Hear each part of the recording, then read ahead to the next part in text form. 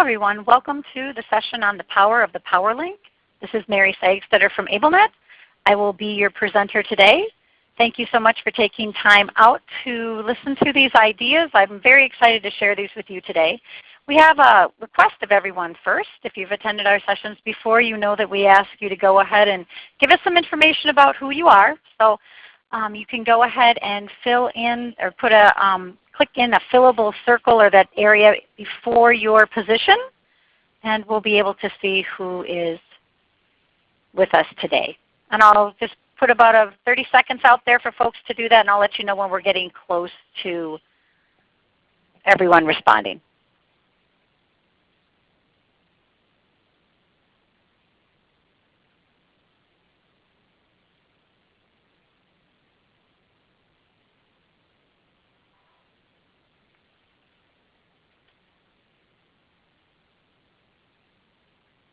Okay, almost have everybody. There's just a few that aren't out there yet, so just give a few more seconds here, and then we'll go ahead on with the session.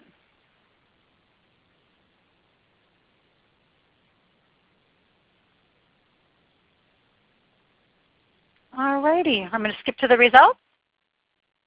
And we want to welcome everyone that is here with us today. Again, thank you so much for taking your time in attendance. You can see relative to your coworkers who is here on the line with you, and we have folks from all over the United States with us today. I want to talk to you a little bit before we get started with the ideas of the PowerLink about the importance of assistive technology, and for all of us to be really grounded in how important technology is for our students to be able to access the mainstream of life. It's about being able to do things that you and I do on a daily basis, and for the most part probably just take for granted. Many of our students don't have those same opportunities afforded to them. So assistive technology is the way to help move them towards that independence path. Our students have things done to and for them.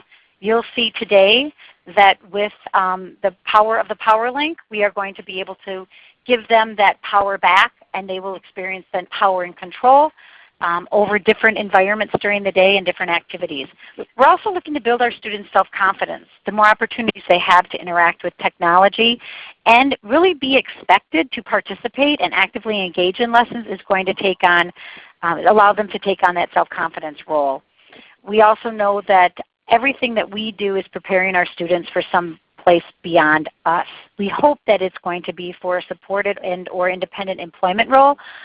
We never know how much or where our students are going to end up, so we have to be able to provide them as much opportunity to have communication during the day, to be able to problem solve, and also to interact. So we want to make sure that they have multiple opportunities for choice making as well as communication. And you'll see that today we can embed all of those opportunities for students. And I am talking about students like this that you see on the screen. And I'm assuming that you can identify one of your students here that you're working with, students with physical disabilities, students with cognitive disabilities, students that have maybe a little more. We can look at fine motor, gross motor. We would then looking at all of these students having an opportunity to participate, learn, and grow. And again, being supported by technology. I do want to throw out a couple goals for the session. And with that said, the goals for the session, we're going to look at increasing your knowledge of assistive technology tools and strategies. I did put that in there, and not just technically around the PowerLink, because the PowerLink does require a couple more tools, if you will, which are considered as switches. And then I am going to bring in collective pieces of technology to round out lessons. And then I also want you to take away multiple ideas to integrate the PowerLink 4 into your students' day. Please note that you should have the PowerPoint by now. There's also a few handouts that I'll refer to as we're going through the session. And let's get started. So when I ask, I want to say, like, how long have you been in the field? I can tell how long you've been in the field by if you recognize the different versions of the PowerLink.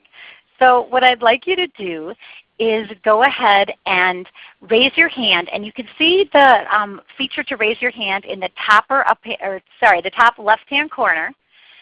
Let me know if this is something that you recognize. The original PowerLink, which is the gray box.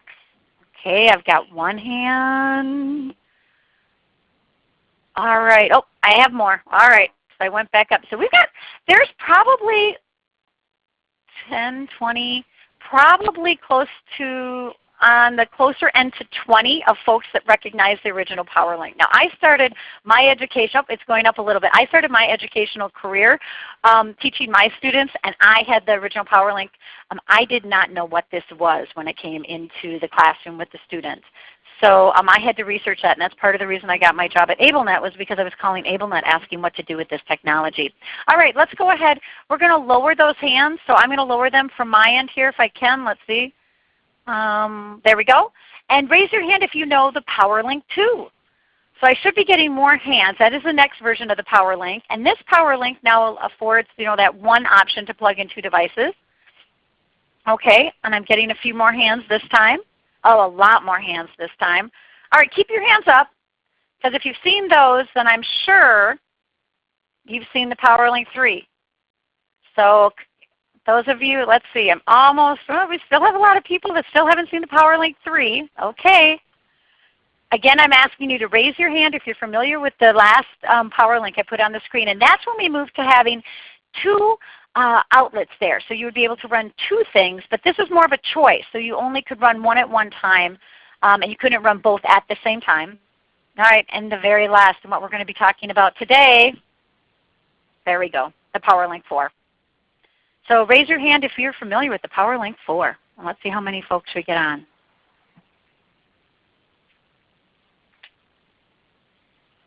Okay, so today, or what you see in front of you, is the history of the PowerLink. And we have moved from being able to control one item or 2 items at the same time, basically in one socket, to having choice making, to moving to today where we can control both sides individually and there's a digital display. And what that affords us, and what we've used the PowerLink for in the past, is we look at it more in this particular fashion, where we would take and plug in something that was electrical. And often we thought about this, the PowerLink, for food in our classrooms. And we would put oranges in, we'd plug the switch in, and now by depressing the top of the switch, we'd be able to turn on the blender, which of course then would make orange juice. We think about what would we plug in the other side? We'd plug a mixer in. Again, thinking along the food lines and having some chocolate chip cookie dough and all the mixings, we then would be able to now have a wireless component. This particular unit not only accepts corded switches, but also you can pair one of the jelly beamers, and this is called a jelly beamer transmitter, to an internal receiver. So you do not need to have a different or an extended part of this switch. Usually it's a jelly beamer plus the receiver. Now you only need the transmitter, and it will pair to the PowerLink, and yes, we can go ahead and we can make those cookies. So when we think about all of this type of setup here, this is what we're typically used to. Now there's one thing I do want to draw our attention to at this time, is that we know for many of our students it's difficult to maintain pressure on a switch surface. So the switches that I shared with you may not be the switches that your students could activate. I know that you have students that possibly are using their hands, their head, their cheek, their chin. That's what I listed here in the picture that you see there is actually a chin switch. They may be using their knee, their foot. There could be another body part that they are able to use to activate a switch. And yes, your other dedicated switches will fit in place of what I just mentioned there. So you can plug in your dedicated switches and or use the wireless switches with the PowerLink. Some information and background about the PowerLink before we look at ideas. There's 6 modes of control now on the new PowerLink. The first 4, those of you that raised your hand and are familiar with PowerLinks, these are just the same ones that we worked on before. So bear with me, I'll go through this and then we'll get into the new. Direct means that you're going to directly place your hand on a switch and push down to activate that device. When you release your hand, you are going to be able to, the device will stop. Time seconds, you're going to run an appliance from 1 to 99 seconds with just one activation. You can touch the switch and really release the switch, but the PowerLink remains in an on mode up to 99 seconds, and you would set that mode. The same for timed. It will run up to 99 minutes based on one little activation because the PowerLink remains in that on position. Latch, I want you to remember that by thinking about a light switch. You turn it on, you turn it off. Okay? Count, now it behaves in the direct mode, but we can see the number of activations per side. And 2 switch means both switches have to be activated at the same time. Great opportunity for a student to work on coming to midline or for 2 students to work together. Now I don't expect you to remember that, and the handout is going to be being resent if you have not received that yet. So we do have the handout for you, so don't worry. You'll get that as either during the session at some point today. So don't worry about remembering this. You'll have this in print form shortly. So let's take a look. What mode? What mode of control would we use with this little guy who is, of course, mixing cookies, one of our examples. He cannot sustain pressure with his hands. So when we look at the choices, what do you think would be the best mode? Well, we know he can't sustain direct pressure. So we would say direct is pretty much out of the question, because if he's going to put his hand on that switch and we leave it in the direct mode, that means that if his hand is not pushing down, the cookies cannot be made. Now again, I'm going to go back just real quickly and pick up a tool here and make sure that, I'll pick up this red tool. When we move around the PowerLink, because it has this digital display on it now, direct is the first location here, and then you move into time, seconds, minutes, and latch. And as you move around, these are the new locations that digitally will light. So the way that we change the mode is we press on the button that says mode. So right now we know that our student is not really going to be successful with the direct mode. The next mode we would want to consider is the timed seconds mode. We know that we're going to be mixing cookies. So we think about what do we want to have happen. You can be successful, or the student can be successful. The activity can be successful when we think about how long it would take to mix the cookies, and if we want him to start and stop at any time. We might say that 15 seconds is enough for him to activate the switch and then have that mixer go for 15 seconds and ask him to go back and activate it again. That would be fine. If indeed it's not too intensive for him and if he has the strength to do that. If he doesn't have that strength, then we definitely could move into minutes. Or for some of our students that just know when to turn things on and off, we literally could ask someone to turn it off and then go ahead, turn the device on and then go ahead and have that second activation turn it off. So it is about a student with their motor control. It's about a student being successful as well as the other students that are around. When you think about this, and again we'll look at a cookie example with this gal who is not able to sustain pressure with that cheek all the time because her head will come back to his side. So the direct mode is not successful for her. We want to think about what's successful and engaging to keep all the other students engaged as well. If we place that mode in direct and she could not get that activity done, everybody would become frustrated that the cookies were not being made.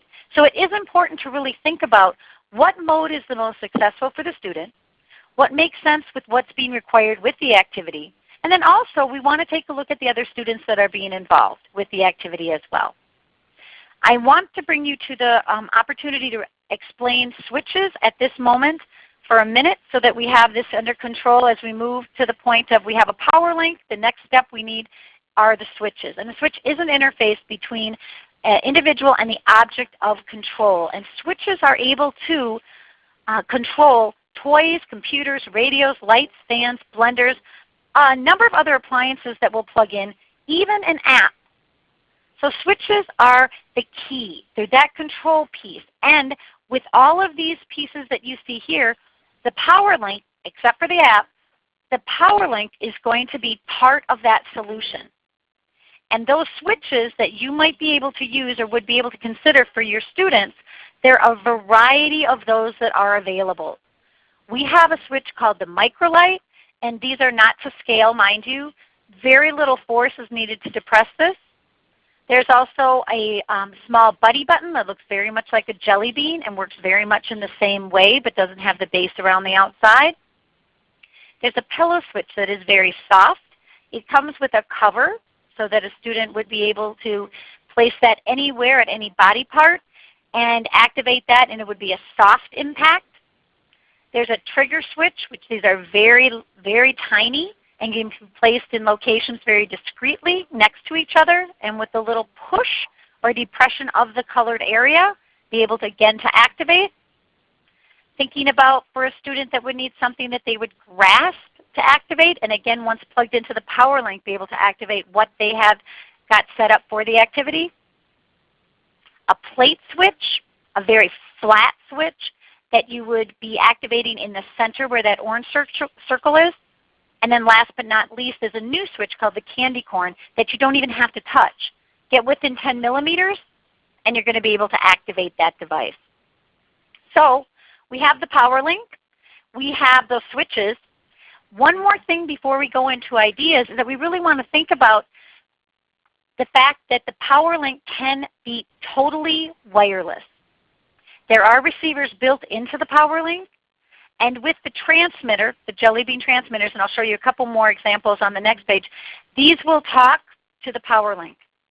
So we can go up to 30 feet away once these are assigned or paired through a simple process of pushing down this button here, which is a status button, waiting till this light turns green, and then activating the top of a Jelly Beamer transmitter. It is literally that easy, and you have a switch that will work 30 feet away, and you don't have to be in line of sight. Meaning I can be standing behind another student, I can be turned around. I do not have to be facing this PowerLink or having it accepted in a certain location. There's one other Jelly Beamer that I want you to know about. It does match the PowerLink, and it does have a white top. And so that might be fun to go ahead and make sure that you have ones that match within the classroom. So just to review, all of these wireless switches, the Jelly Beamer Wireless, which you see here, there's a Jelly Beamer Wireless Slat, and there's a Mini Beamer Slat.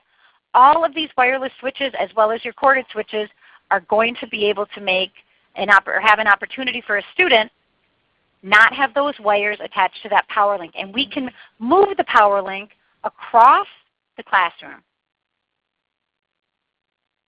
We want to think about with our students the opportunity for them to actively engage. And I know a lot of times we talk about our students participating, being able to participate. And I want to move our language from participation to active engagement. I want our students to be doing a part of a task that is real, that is functional. Not just shredding paper to shred paper, but shredding paper and being able to do something with that. For them to have the beginning, the middle, and the end of an activity so they feel that they are a valued part of this activity, so that it's not something that's just being done for the activity's sake, that it has meaning. And we want to encourage fun with this. And as we walk through these examples, you'll see that all of these examples are real, they're meaningful, and they're purposeful. Here's just a list right now in your, and again you'll have the handout. This is just a list of different classroom opportunities that we would be able to provide power to, and then we'll bring them into an activity for the students. So we can activate lights by plugging them into the PowerLink, electric stapler, paper shredder, pencil sharpeners, blenders, popcorn popper, lava lamp, electric broom. And it's really funny. Most people, when I say that, I must be because I'm from Minnesota, they don't know what an electric broom is. So I need to go ahead and write vacuum on here. I had this happen to me the other day when I was in a presentation. So I should change that. So an electric vacuum. And then a radio. And remember, we'll talk about radios. We'll talk a little bit about tape players and CDs, because these are interesting things now as technology are changing. All right, let me answer a question right here before. I have a question, and it says, what is the difference between the regular Jelly Beamer and the Slat? Oh, good question. I didn't really address that here. Let me go back some slides and bring those up.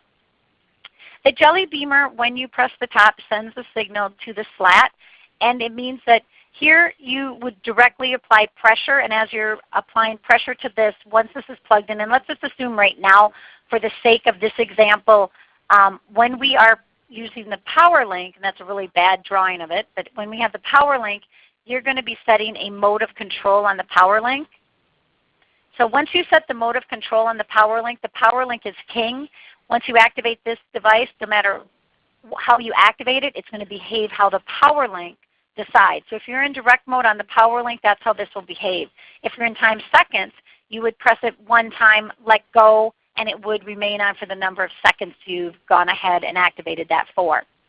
If you were using this with a battery-operated toy, so let's assume that we have a battery-operated toy, and that toy would have a battery device adapter, and this is where typically you would plug a corded switch into this end here.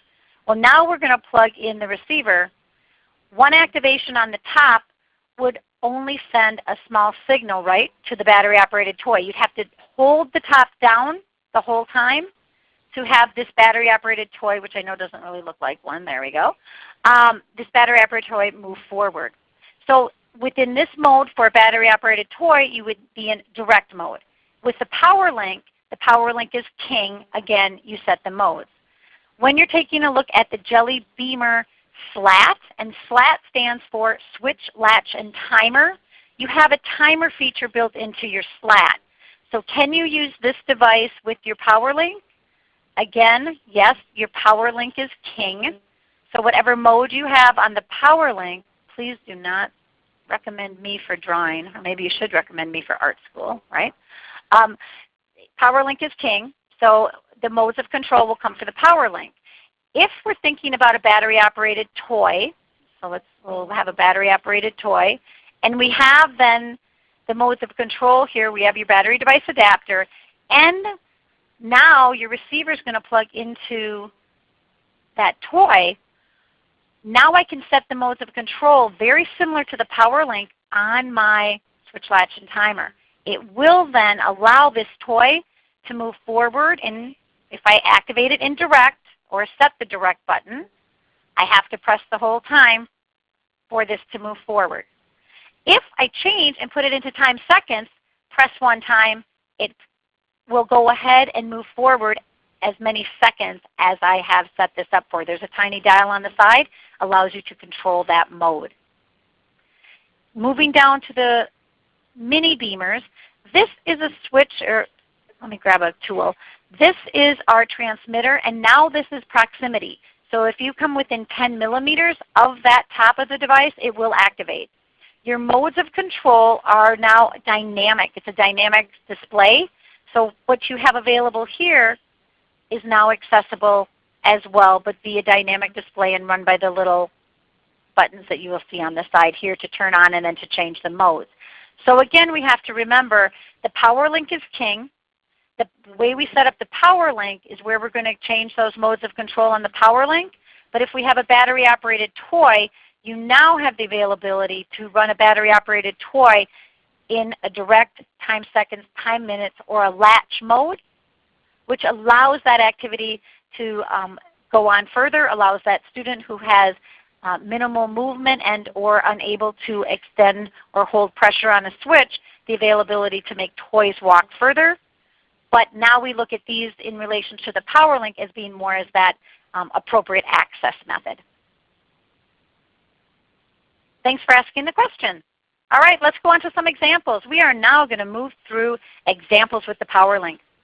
You will see all the different PowerLinks that I shared with you initially as we've been collecting ideas over the years. So the idea of activating something once plugged into the PowerLink with the switch is not new. What's new are the new features of the PowerLink. But I will tell you, the PowerLink has been around for a long time, and these ideas that I bring forward are I want you to see that they are something that we have been using for a long time, and you can feel confident that these will be great ideas for your classrooms as well.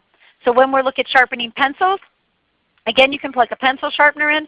Great activity for an opportunity to engage in social interaction, to follow directions and cues. When I'm looking at more of a high school classroom, I have students that are going ahead and they are stapling the papers that they have written. They did their first draft with a pencil, so they went ahead and now they were using the staple, and then they had the pencil sharpener, which is behind this gal. They had to ask Gabby to go ahead and either staple or sharpen their pencil. So really what we're talking about here is her having the opportunity to social interact, engage, and then also identify what device to turn on. Now I know as technology is changing that we have students that are doing a lot more in the digital realm on their iPads, maybe on computers. But as we take a look at what opportunities are available yet, we're still stapling papers. The pencil sharpener may not be as often as an opportunity, but we can still bring that in for our students. I know we still use pencils in math, so think about those times that you'll be able to bring those devices in. Cooking is something that we always have looked to for our classrooms. We do have students that do not have the capability to eat the typical food, so they need to go ahead and puree their food. One way to do that is to use the PowerLink and have them in control of getting their food from the lunchroom, bringing it into the classroom, pureeing it, and then going back into the lunchroom and eating with their friends. We also know that not only do we do those types of activities with cooking, but we do like to engage our students in an opportunity to really extend their lessons. So if we're working on a healthy lesson snack, we then will be able to plug in that PowerLink and go ahead and think about the overlays that we can create here and making what we call a sunshine shake. This is one of your handouts. It allows you to go ahead and run this as a full activity. I'll pull that up right now and then I'll come back in a minute. But what you'll note here is you have a Remarkable Ideas from M.A.Ed's site. And M.A.Ed has a full set of ideas out there that will bring in different opportunities using different types of technology and based on the student themselves and what they might need to access. So you have a getting ready and activity step and also a script that would allow you to be successful with bringing the communication component in for our students. We want to make sure when we take a look at our opportunities for students that we are building communication, problem solving, and interaction within each one of those opportunities. This is a great idea, and it looks really like this when we are in the classroom, having opportunities to bring the alternate spinner in as well. Think about the items that go into this sunshine shake, which are all these different juices. In this particular activity, if it doesn't matter what item goes in first, the alternate spinner works great to just either depress the switch or by simply plugging in a corded switch, or you could use a wireless switch as well. One of the setups I just shared with you would be able to randomly or activate the spinner, which randomly then would choose one of these juices or the banana to then insert into the blender. And again, we have lots of opportunities for students to take turns doing this, and then we also have an overlay that would allow students to communicate using a device that would have more messages, or you would think about using a device that is a step-by-step. So every time you would activate the top on a different step would be the next item to go ahead and put into the blender. We think about using tasks or the task analysis process when we use the step-by-step, so you can literally walk someone through the beginning to the end of an activity or of a series of steps to be successful with creating that. Now, would you think this is a math activity? We have a blow dryer plugged into the PowerLink and we have a ball. I would think, yes it is. We can go ahead and we can work on counting. Some really simple counting with our students. You also could put vocabulary cards there as well. But when you think about this, we can go ahead and activate the Big Mac, right? It's not a switch. We can activate the Big Mac that would then start the blow dryer that would then knock down the water bottles. And what you're not seeing here, these are literally lightweight. They're just empty water bottles. You can also put a little water in them if you want to make them heavier based on the ball and what force you're getting from the air. These just have paper simulating pins wrapped around them. This is a really cool idea. You can use your communication devices to add that communication component to your activity. You just have to make sure you're plugged into the correct port in the back of the device. All of the products come with this 6-foot cable, and once it's plugged into the correct port, one says switch, one says appliance. So you'll be wanting to plug it into the appliance because this is an appliance cable, and then that cable gets plugged directly into the switch port on the PowerLink. So now we'll have a message that goes ahead and complements the activity that's here for the student. And once these are knocked down, then we'll go ahead and we'll be able to count them, identify these on a number line, choose that card from a display, either pointing to it, randomly eye-gazing it, maybe even have that information on another device. You can also make an overlay that would be on, M.A.Ed has a new product called the Quick Talker 12, and this is an overlay for that particular bowling lesson. We think about the core language of having I and me and you, go, more, some, like. All of those words are core words. Bowl, the go sign, and then the strike are not core, but with the activity itself, when you have a number of messages, it would allow multiple opportunities to communicate, not only for the student, but for the individuals working with them. So our paraprofessionals and ourselves as the educator would be able to say, I want, right? I want bowl, I want to bowl. I want, or it could say, you got to strike. We could get rid of want and just have I. So if we didn't have I in there, or didn't have want, let me put that, so let's take out that. So if we just had want, which might be better, right? Sorry, I just said I. There, I'll get it right. And we would say I strike, or I like, bowl, right? All of these would allow our students to have a greater opportunity to communicate during that lesson. So we really want to take a look and start to pay attention to core language. Your speech and language pathologists, there's many of you on the line today. Those of you that work with them, they are fabulous at creating overlays like this that will help you encourage and increase the communication opportunities for your students. If you're looking for this exact idea, you can go out to the AbleNet website and find this. There's also a YouTube video that shows this activity, and it is not exactly the same. They don't use a blow dryer, but they use a garden leaf blower. So you're going to love to see this in person. So I'd recommend you go take a peek at that in person. Here's some other ideas that we have. Thinking about how you might want to set up a red light, green light game. Red light, green light, it could be one person running these. The red light is on, the green light, or excuse me, if the red light's on, we stop. The green light's on, we go. You could add that with the voice output for students as well.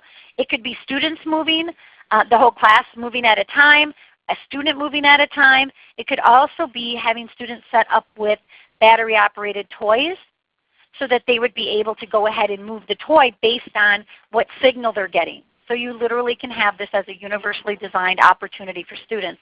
And again, I do have pictures here with corded switches, but if you're looking at the switches or at the student not being able to sustain pressure, you would want to look more at having the wireless, so the wireless jelly beamer, and then also having the transmitter and the receiver. And so you would be able to have these animals walk or move for a longer period of time based on what you've recognized or what you've set that device to for the mode of control. Here we have a little guy that's participating in the field day at gym. And what they've done is they've hooked up lights to the basket. And then below the basket, what you're not seeing is the switch. And it's a big red switch. And that's plugged into the PowerLink that then the lights are plugged into. And so when the basketball comes in and activates the switch, the lights go on the basket. And so then this is set for a few seconds, and then the next student can come, and so they actually get to see that sensory component. So that's pretty fun for this individual. And again, if you want to take a quick look, I'm going to take out want here because I think I'll change that overlay going forward. But again, you can think about how you're going to be able to use core language, I, me, you, in, more, like. Those, go is also, I'm incorrect, go is also a core language. And within the first 50 words, I should say, I was taking a look at when I created these boards. So fun boards, you have these too if you'd like to go ahead and use that as any type of a model. Here are the first 15 words that you'd be able to see. And just so that we realize that it's important for students to have control. It's important for them to be able to control an activity. It's also important for them to have that problem solving and that communication as well. So we want to make sure when we create these opportunities for our students that we're thinking of that. And that's why I'm bringing in this opportunity for them to have conversations while they're involved in these activities, while they're controlling whatever device we've plugged in. With 15 words, and these are, you can actually create 76 phrases. And I think that's very powerful. So we need to remember that the nouns don't get us moving forward with a lot of our conversation. We need to also include those core words. I did put a resource in here for you to refer to. Gail Van Tatenhol has done an analysis, and she came up with the following list. So she created basically a hybrid list of the first 8, first 15, first 30, and then the first 50 words. If you search her name, Gail Van Tatenhol, you will be able to find more information about core language, core vocabulary that we should start to be seeing on our devices. And I'll leave you with that as something to take away from the session and look at. Let's move into more ideas. We have a garden in the classroom. We have flowers that need to be watered. We have a gal that would not be able to do that if it wasn't for the PowerLink hooked up to, and this is a water pick. It's actually meant for your teeth. This little tool here is a way that we're going to gain access to water because the water will flow up this cord and out of that little end. So rather than it cleaning teeth, right now we're using it to water the flowers. And it's all activated with a switch. So she's using a jelly bean switch. So it is a corded switch. And the corded switch is mounted on what we call a cling mount. So this is a mount. So that's a mounting plate there, and that comes down to a suction cup mount at the bottom. So that is a mount on her tray that allows that switch to be up and off and easier for her to access at that time. And then please note, there's a communication device there. So she has an opportunity to make comments. One other thing I'd like to draw your attention to here is there's a little guy on this side, and in his hand is a spray bottle. So we think about how can we increase our students' skills, and right there when we think about using a spray bottle, it's those muscles in the hand that we're increasing for this student. So our activities are going to include all of our students. Everyone might be using a different tool, but all of our students are going to have access and build skills. And you can see larger visuals, if you will, on the left-hand side of your screen of the cling, and then the jelly bean switch, and then a step-by-step. And of course, I have listed out here, as I mentioned, we are using some of the slides from our older technology, but these would be the new units here. Now, the older technology we will replace for you at a discount. So if you'd like to take advantage of our product replacement program, you can go ahead and let me know that after the session and we can connect with you, or you can just connect with customer service. Themed lessons. This is one of the schools that we were at, and they were doing a Mexican theme. And so they were able to go ahead and run all of the different pieces here. They were at, they had an electric can opener, and so they were opening the can with an electric can opener. They went ahead and they were doing a cutting activity over here. There was comments being made.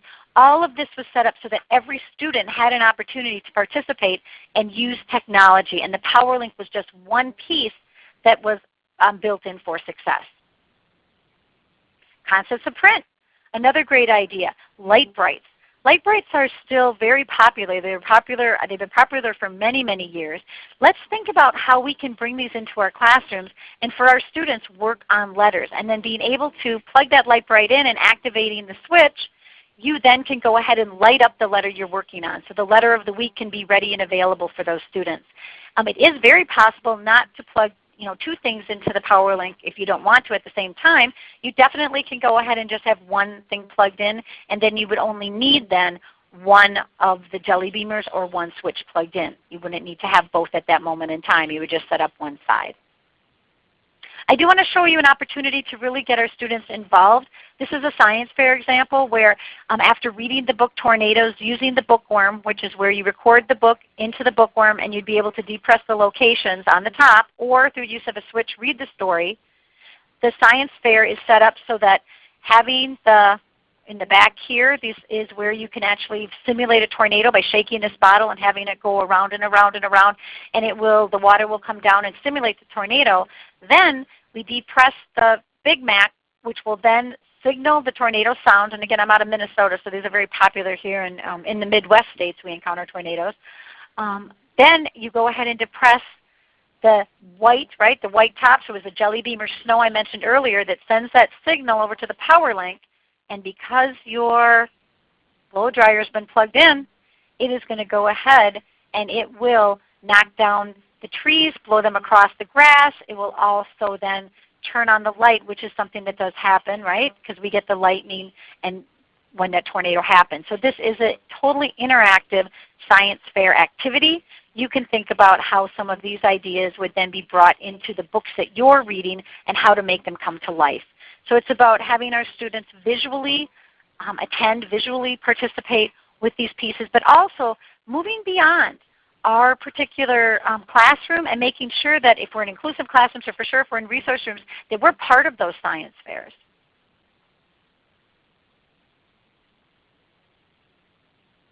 Okay, and thinking about things in the classroom. If we have a class party, we can pop popcorn, and we definitely can go ahead and make lemonade or other juices at the same time using the PowerLink.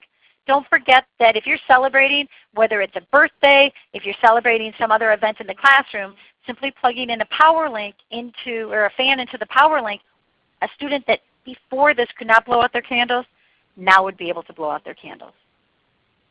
I have a list of activities on the Remarkable Ideas site, on the AbleNet site. So when you get out there, you'll be able to see activities like a windy day at the races with battery-operated toys, forever blowing bubbles, so you'll be plugging in a bubble machine.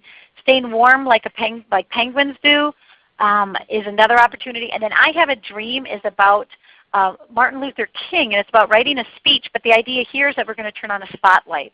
and the spotlight is going to be on the student when they are reading or communicating with a voice output device their speech. So you can see that it can be something that we can just add an opportunity for a student to have an active participation within a lesson as we move forward. And here's more ideas. Thinking about being in your classroom and reading. So we're going to read to our students. Before we read, we can let everyone know that we're going to read, and we're going to say, while the light's on, I'll read. When the light goes off, that means it's time for me to stop. Now it could be time to stop and go back to your seats, could be the direction.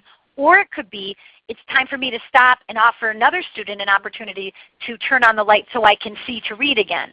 So you could pass that jelly beamer around, and you can set it up for time seconds and time minutes. Usually a couple minutes you could maybe set this up for. While you're reading, the light goes off. All the kids are like, oh, we have to turn the light back on. And again, then you could have a student be in total control, pass this around for all students to participate. We know all students are going to want to do this. They love doing this. And again, the premise is that we need the light to see the book. So it would just be an opportunity for that. Now you notice that I did put, there's also a fan plugged in here. And so you can use appliances together. So we can have a light and we can have a fan, and now we can talk about the fact that we're going to do our weather discussion. And if it's a sunny day, we could ask someone to go ahead and turn on the light, which basically simulates sun, light, warmth. And if it's a windy day, which it could be both, they also could feel that and get a more sensory experience. So the PowerLink is very lightweight. It's very portable. It can be moved around the room. It does require that you plug it into a wall outlet.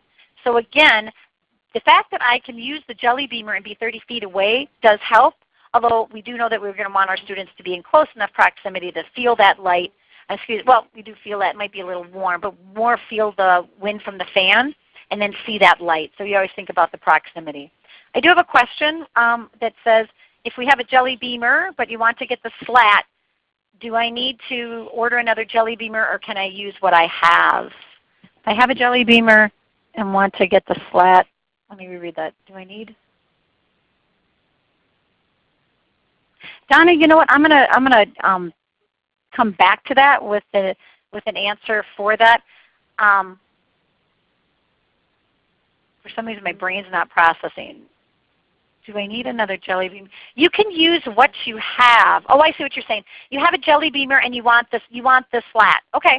No, you don't need another jelly beamer. All of the individual, all the items are sold as kits, or they're sold individually. Sorry, I just my brain didn't seem to come together right there, but I got it. So if you already have this system, you can just buy this.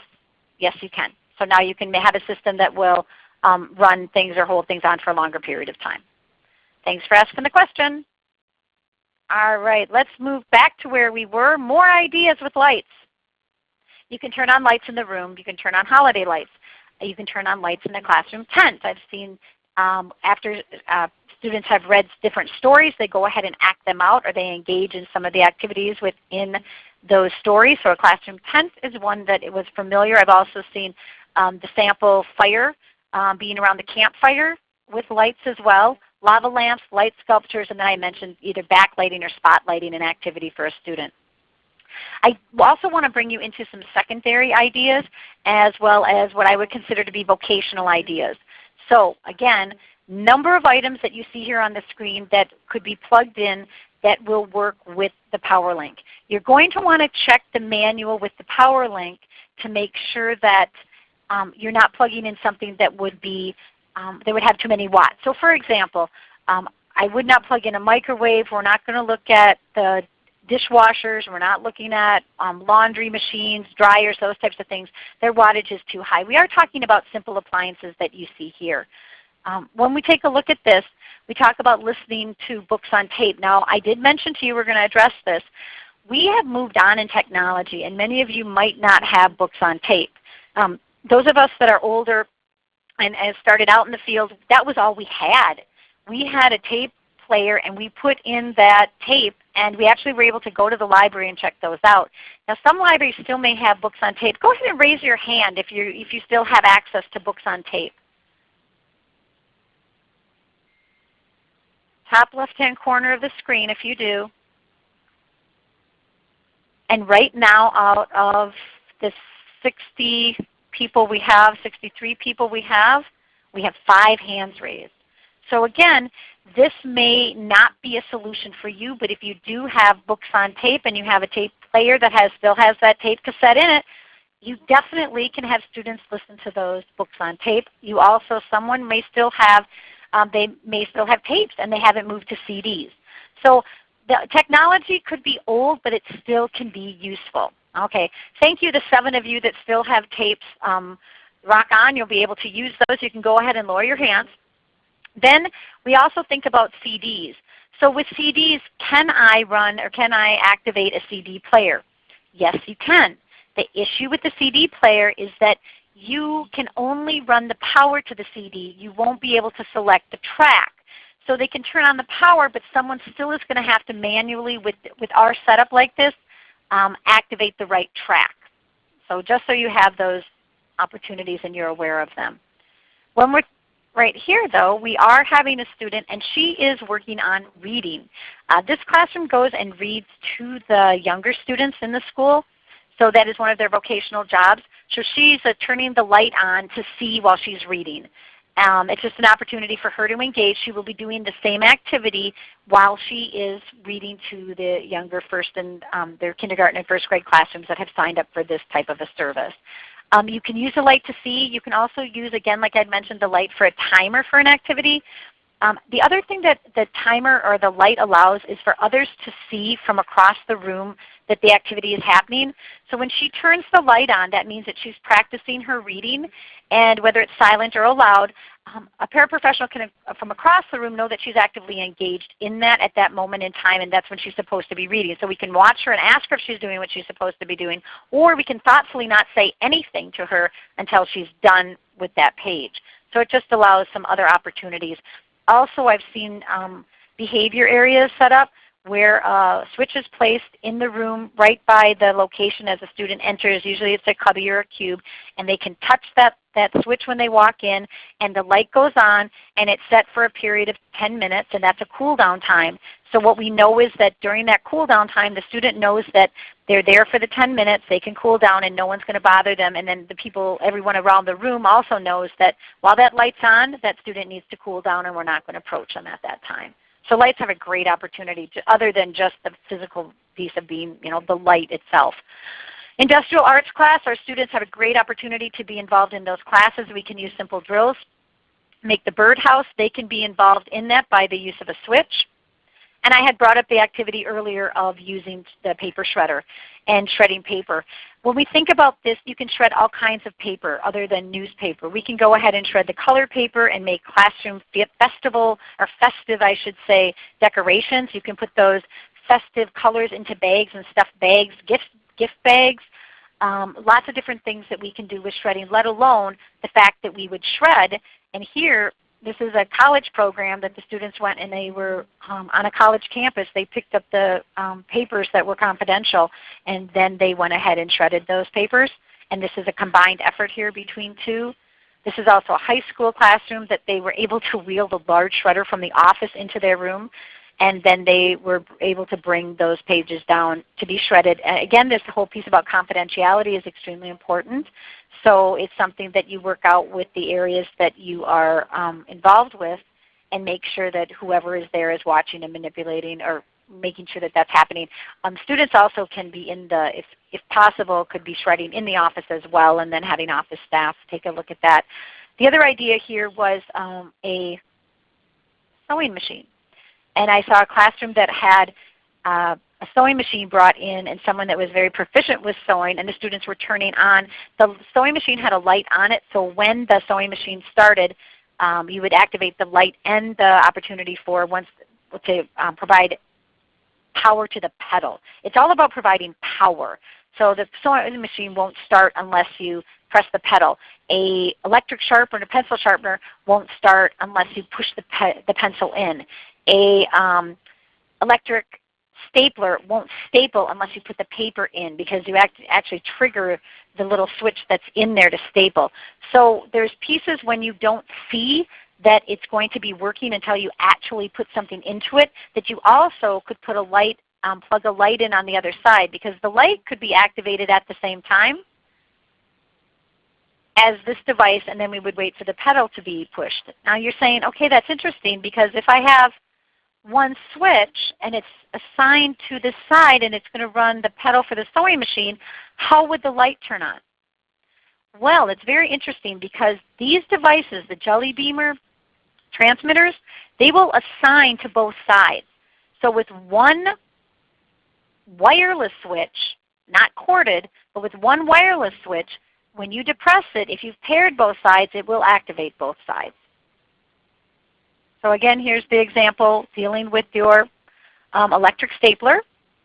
And then here we have a class that is shredding paper to do pet care. So they're using the newspaper and they're taking care of their animal. Also, you can bring this to a local veterinarian clinic.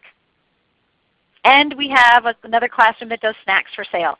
So they make popcorn using the PowerLink, and then they're able to sell those at different times during the day. Other students come into their room.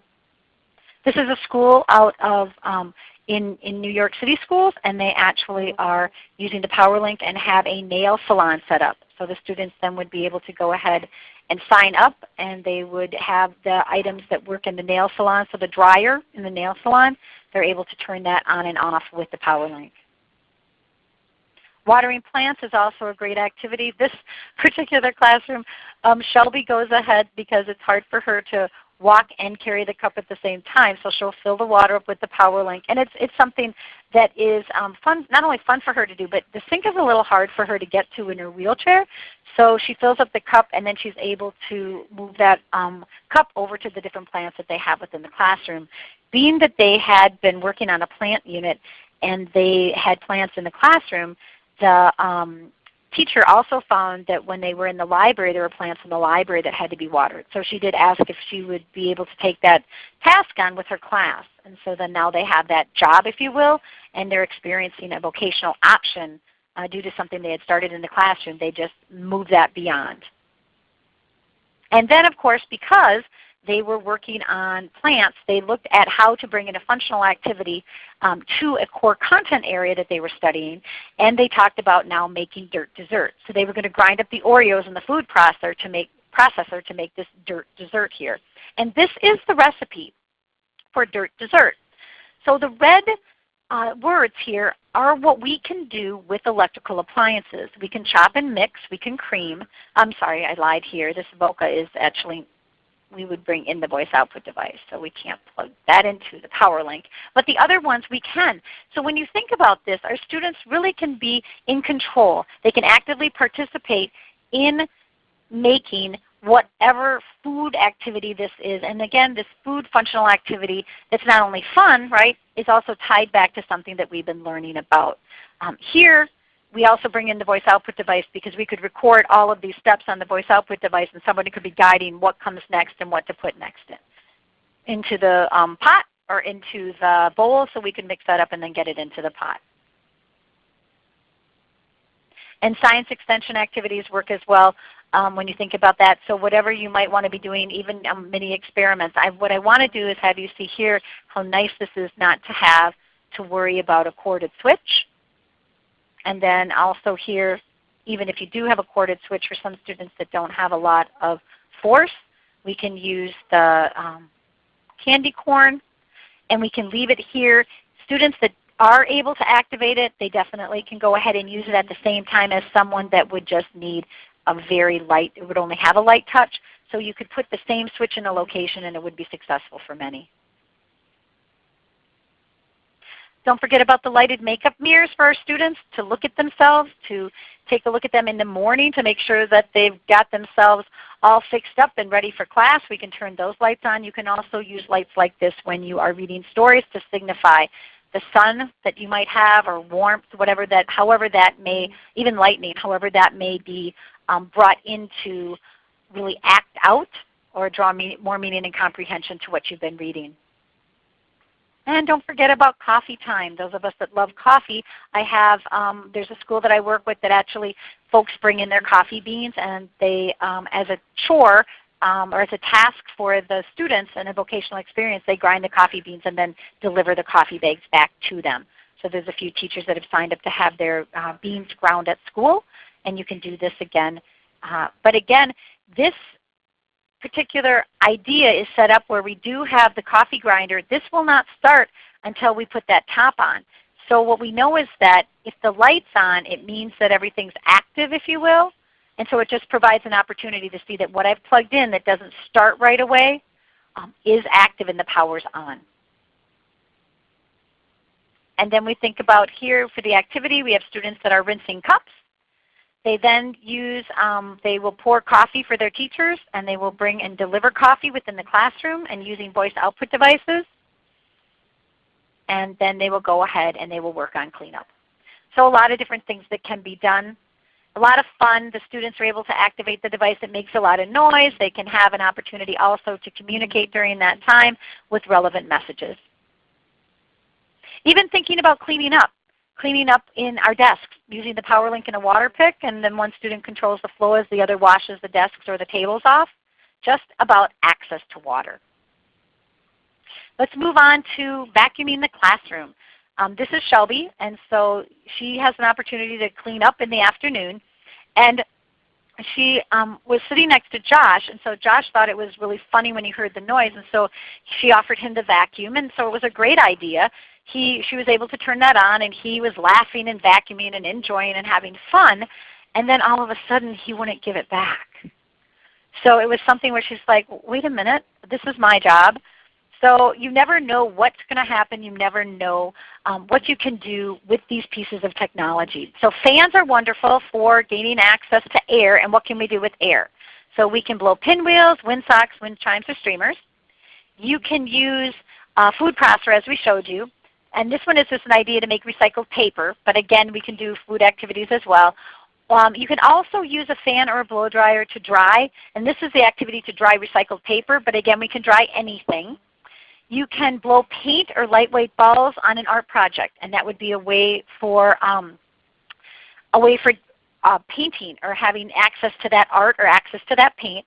You also can use a battery-operated fan or the bubble machine, and so that could blow the bubbles. So you would hold up the bubbles, and then the fan can blow them. Or if you have the bubble machine going, then it can also blow those bubbles out beyond. So again, this bubble machine here would plug into the PowerLink and blow on its own, but you can also blow the bubbles as well or hold up bubbles. I really want to bring you into, in closing this down, share this last idea with you. This classroom, as you can see, has a lot of opportunity. Their teacher in the secondary setting has brought in a number of assistive technology pieces and wants them to be actively engaged. Her goal is that students communicate and problem solve and socially interact as many times as possible. So with that said, they go down to the gym where the students are then working out for the different sports times during the day. They have times they go and they lift weights, and her students then are running the fan. So they hang out, they socialize with the guys, and when they come over to be cooled off, they then ask them to cool them off, and they have this huge fan that allows for that. So I do have a question. Let's see what that is. I have a hand raised. I have a comment. It just says the water picking is an amazing idea. So, okay. Thanks for sharing that. So I'm going to move us back, if you're following along in the lesson or in your handout. I'm actually going back a bit, and I want to end our session with the important information around the PowerLink and the fact that it enables participation. And I mentioned to you that I want to change participation. I want it to be active engagement, and that it reinforces the belief that people have the best chance of learning if they're actively involved. And we want that active involvement. Even in small pieces of an activity, you can see how it empowered all these individuals today. We think about inclusion. Including a person with severe disabilities in a simple day-to-day opportunity can impact and change how others perceive them and how they feel about themselves. Even if it's not obvious, some of our students just don't give us a lot of feedback. But we need to continually offer them opportunities because we always don't know. But as we saw today, and even with Joshua not wanting to give that vacuum back, had a lot of fun being involved with an experience and in an activity, and the technology is the bridge to that. And again, the biggest piece is independence. Even if a person cannot perform an entire task independently, they work towards independence and make an important and valuable contribution. And that's what you saw today. All of our students were making important and valuable contributions. They all had an opportunity to be actively engaged. And even though I shared with you, I think, a number of activities today, I'm sure that many of you could come up with many more based on what you're doing. So my goal of this session today was to increase your knowledge of assistive technology tools and strategies, and to take away multiple ideas to integrate the PowerLink into your students' day. I hope that I have done that for you. I thank you so much for your time and attendance. It does look like we don't have any current questions at this time. But I would like to, while we have a minute left, if you do have a question, feel free to chat it across. I want to thank you. I want to remind you that the AbleNet website does have remarkable ideas that you can use and bring that PowerLink in your classroom into a heighten the opportunities for your students. Also remember, this is AbleNet University. We would like you to go ahead and take a look at all of the live webinars that are yet to come and the recorded webinars that we have already stored for you. This webinar will be available recorded in a few days as well. So let me see, there is one comment here that I'll read. Enjoying your presentation. Love all the ideas for the students. Love to incorporate them in my classroom. Is there a way that I can get a copy of your PowerPoint so I can remember the ideas? Yep, make sure the PowerPoints have been sent across in an email. Go ahead and just make sure that we have your email right now, and we'll make sure that you have that if you haven't received that. And once again, I'm going to sign off. Everybody, I'm assuming you're at class and you need to get back. So thank you so very much, and feel free to access this at a later date if you'd like to hear the audio and revisit these ideas. Thanks so much, and have a great rest of your week.